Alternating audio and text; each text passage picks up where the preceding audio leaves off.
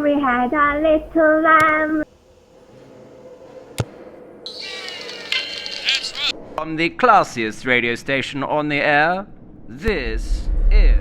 Welcome to the Black Rabbit's Curse, where every shadow hides a sinister verse. Hear the airs thick with dread and tales of terror twist in your head into the dark unknown, where fear takes root and chills the bone.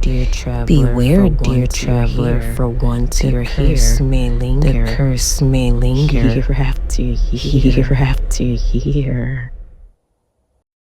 Bessie Coleman, the Winged Spirit, a Black Rabbit's Curse original, inspired by Bessie Coleman, the first black female pilot. The sky didn't take her. Something inside it did. Before there were black female pilots in America, there was Bessie Coleman, fearless, untouchable, a woman who refused to be grounded by racism, gravity, or doubt. They said she mastered the sky, but the truth, the sky was watching her long before she ever touched it. And on her final flight back, it finally reached back. It started in France, where Bessie trained far from limitations of America. Her instructor praised her instincts. "She flies like she's been here before," one said. But there was something off. During her early solo flights, Bessie reported something unusual. Clouds didn't move with the wind, shadows that stayed in place, and once a shape high above her, not a bird, not a plane, watching. When she banked left, it followed. When she descended, it disappeared. She wrote it off at first. Back in the US, her fame exploded. Crowds gathered to see her perform aerial tricks, loops, dives, impossible maneuvers. But Jessie began noticing something new. At a certain height, the air changed, not thinner, heavier, like breathing through someone else's lungs. And then came the whispers, faint at first, like wind slipping through wires, but clearer each time she flew. "Stay higher. Don't leave." One mechanic claimed he saw her plane stall midair.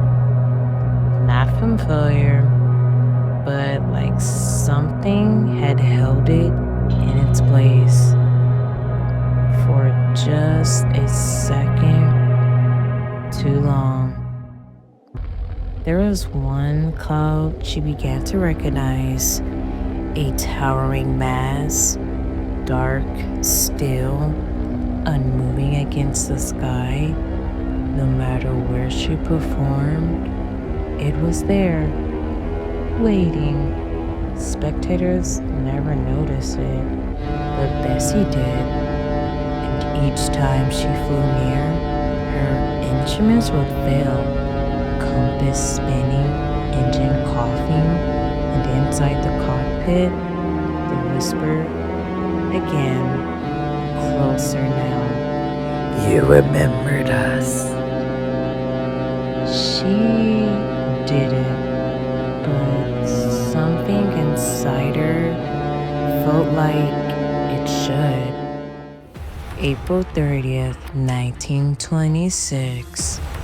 The day history says she fell. But that's not what happened. Not really. Bessie wasn't piloting. She was in the passenger seat, preparing for a parachute jump. The pilot, William Wills, kept the plane steady, climbing higher, higher. Then they hit it. Not turbulence, not air, something solid. The plane jolted violently. Wills lost control. But Bessie didn't panic. Witnesses on the ground said something strange. Instead of bracing, she stood up, looked up, and smiled. At 3,500 feet, she was thrown from the plane. That's the official story. But witnesses say something else. They saw her body stop falling just for a moment, suspended as if caught, and the clouds above her opened, not like weather, like a mouth, and she pulled upward, gone.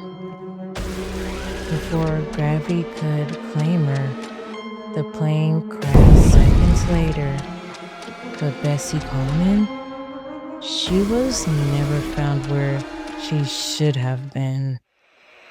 The newspapers reported a tragic accident, but behind closed doors, pilots began talking quietly, carefully, about a dead zone in the sky, a place where radios go silent, instruments spin, and shadows appear above the clouds. Some call it a thermal anomaly, others something older. They marked it on maps, avoided it, but every so often, a pilot would drift too close and reported the same thing Bessie did. Whispers, calling them higher. Years later, a journal was discovered, believed to belong to Bessie. Inside was one final entry, not written like her usual notes, more frantic, more remembered. It read, "They were never clouds. They were wings, massive, endless. We all fell once. Now we rise again." Below it, a sketch, not of a plane, but of something enormous, stretching across the sky, blending into the clouds, watching, waiting. Here's the truth they don't tell you.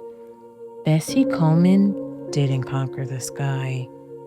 She belonged to it, because long before she ever flew, there were stories of spirits that lived in the upper air, fallen beings bound to the clouds, searching for something they lost or someone they once were.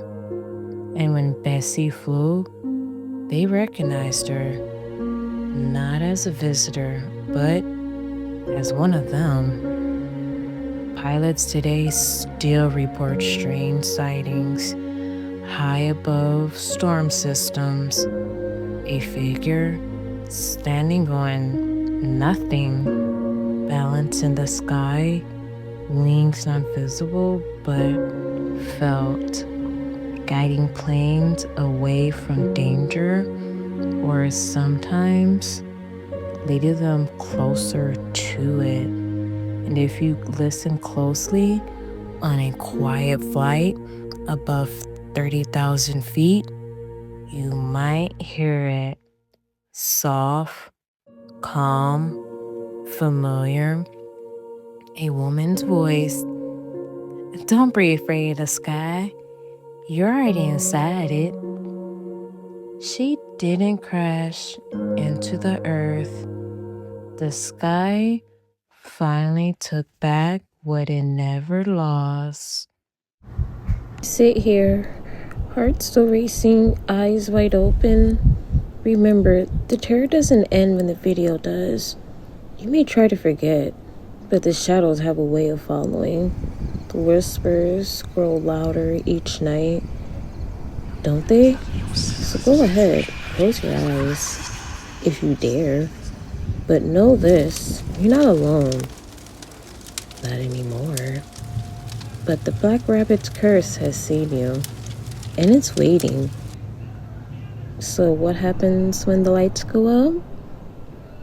If you want to find out, make sure you come back. But next time, will you be ready? Sleep well.